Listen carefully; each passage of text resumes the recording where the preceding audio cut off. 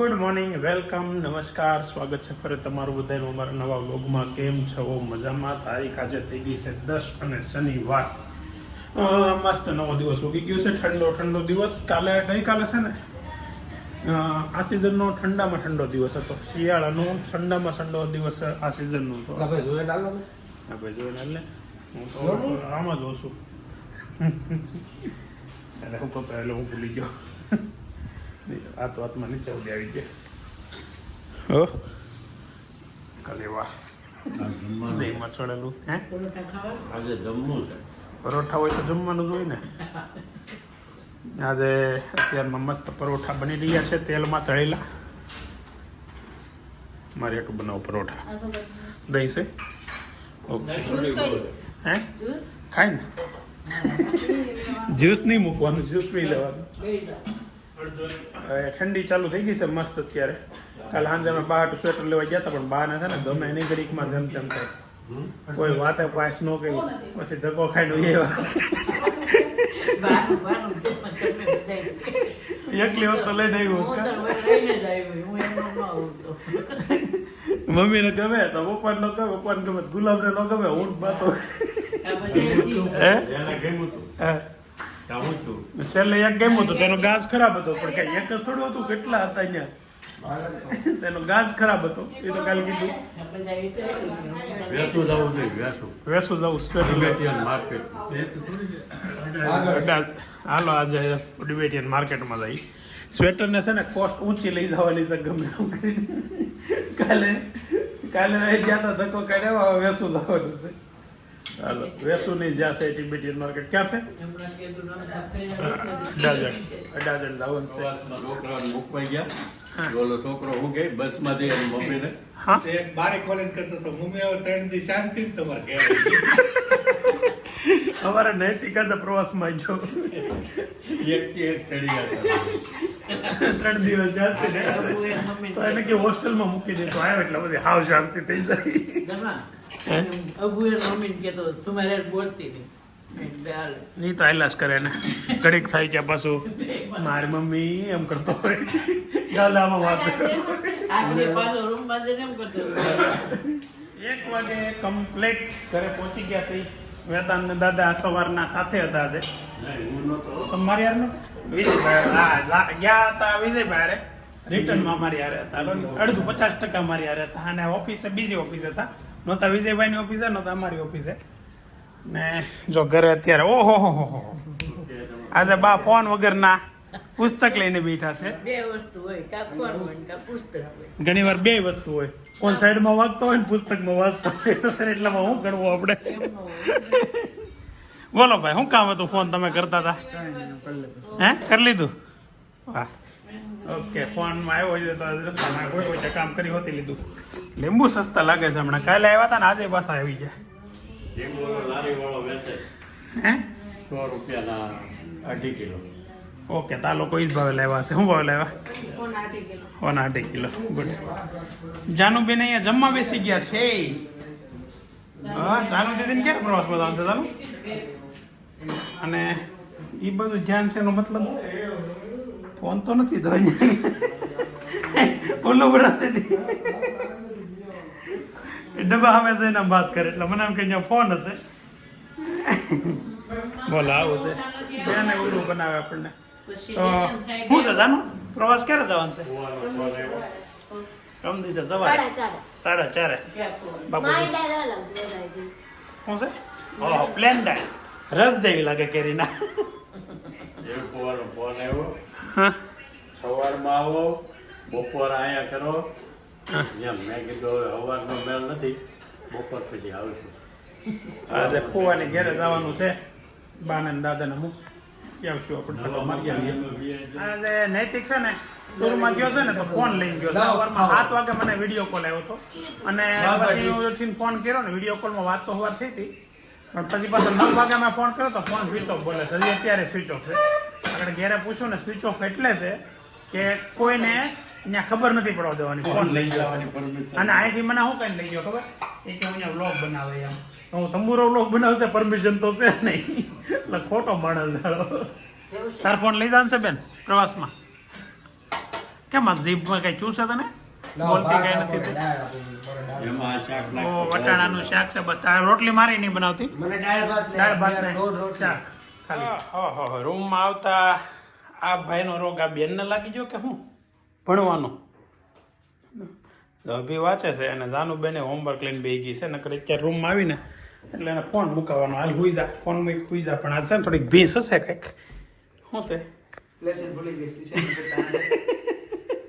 એટલે ટ્યુશનમાં જવાનું હોય પહેલાં લેશન કરવાનું રહે ને કેટલું બાકી છે અહીંયા પડી ગયું છે.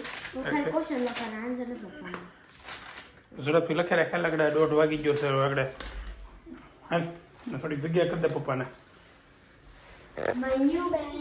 ન્યૂ બેગ જાનુ દીદીને કાલ તો બતાવી કેટલી વાર બતાવી તમને એક કલર આવો હતો એક કલર આવો બે સેમ જેવી છે થોડો ફરક છે ડિફરન્ટ later. હજી વાઇપરી કેમ નથી યુઝ કેમ નથી કરી સીધી પિકનિકમાં.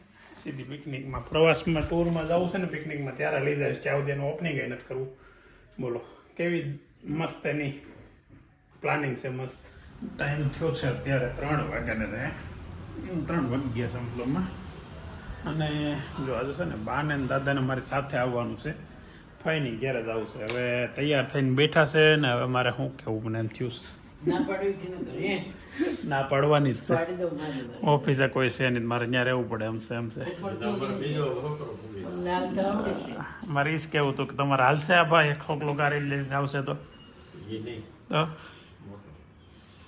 એ તો હોય જ ગાડી. આવી ગયો? કાંઈ નહીં વેદાંત આવશે ગાડી લઈને હાલશે ઓહ અત્યારમાં જો શક્કરિયા મસ્ત બુકભાઈને ખાવા એમ મળી નથી જશે. વાત. અમારી શેરીની બિલાડી છે ને હવે હવાઈ આવી થઈ ગઈ છે રોજ અમારી ગાડીની સીટ ઉપર બેન બપોરે આરામ કરે છે એક નીચે જાવ ને એટલે ભાગી જાય ચાલો હવે જવાનું છે ફઈની ઘેરે બાને ને દાદાને મૂકીને હું ને વેદાંત પાછા ઓફિસે વયા જાઉં પણ પેલા મૂકવા જવાના છે નવા ઘરે ફઈની ઘરે ફઈનો નવા ઘરે ફઈ રહેવા વહી ગયા નવું મકાન બનાવ્યું ને એમણે તો ત્યાં રહેવા વહી ગયા છે તો ત્યાં જવાનું છે નીચે આવી ગયા આપણે અને મિની બેન અહીંયા આરામ કરી રહ્યા છે તને ગાડી આવડે છે હે મિની ગાડી આવડે છે તને ગાડી આવડે છે તો ગાડી હાકીને ક્યાંક જતી હોય તો હુઈ જા આપણે ડાઈ બોલે હુઈ જા ભાઈ નખ નહીં મારતી હુઈ જા હા ખીજામાં એક તો ગાડી ઉપર બેહવા દે ને પછી ખીજાય પણ ઓઢાડ દે ટાઈટ વાતી હશે ધડકી લે અને ઓઢાડી મને આખી ઓઢાડી હરખે ઓઢાડ દે પાછું પડે નહીં એમ પડે નહીં એમ ઓઢાડજે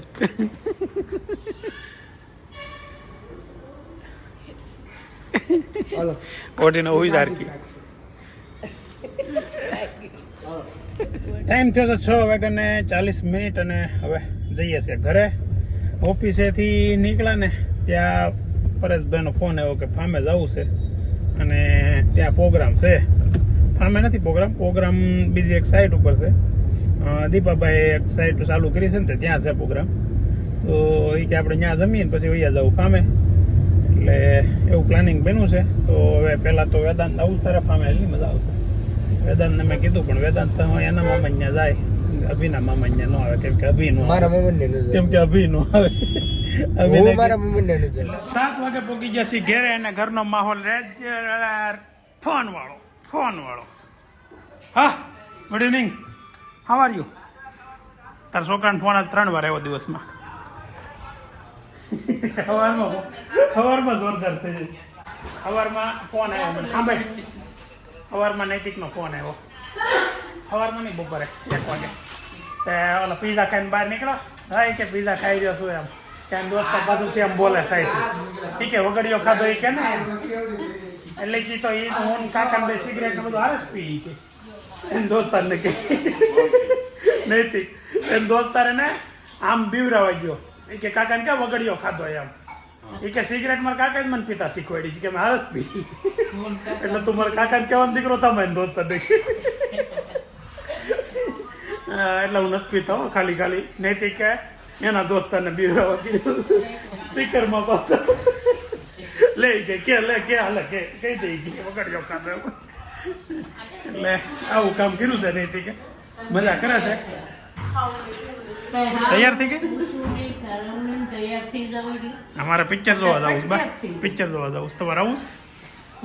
પિક્ચર જો. નથી લઈ જવા જે આપણે રે- હા હું તો હા હું તારા દે છે કેમ પૂછ્યા વગરના તૈયાર થઈ જાવ છે આવું ઘેરે રહેવાય, ઘેરે જ ટકવું નથી. હા હું પોતે રેખડા કરે એટલે ક્યાંથી ક્યાંય નથી. આ જ ગીત પછી. ઉતરવા જવાનું ટેવ નથી પાડવાનું. હા નકરો રેખડા નથી કરવાના આજ મારા ઓલા ફૈયા જાવ મારા ફૈયા જાવ તારા ફૈયા જાવ નકરા ફૈયું ને ગેસ કરવું છે એનું પૈ જાય એવા થઈ ગયા. મારા હે. ગીત કે છે. 7 વાગી ગયા છે અને પરેશભાઈની લગભગ ગેટે આવવાની તૈયારીમાં છે ફોન આવી ગયો તો ચાલો અમે જઈએ હો બા બા આમ જઈએ હો તમને પૂછી લઉં છું તો ચાલો હાલો બધું પેલા સ્વેટર પહેરી લો હાલો રહી જાત ઠંડી છે બહુ કાલે ઠંડી એની કરતાં વધારે હોય એવું લાગે છે જો આજે 7:30નો ટાઈમ અને હવે અમે હું પરેશભાઈ બિહારે છીએ ને જઈએ છીએ દીપાભાઈની સાઈડ ઉપર નવી સાઈડ ઉપર પ્રોગ્રામ છે. આ નવી સાઈડ ઉપર એને નવો પહેલો વહેલો પ્રોગ્રામ કર્યો છે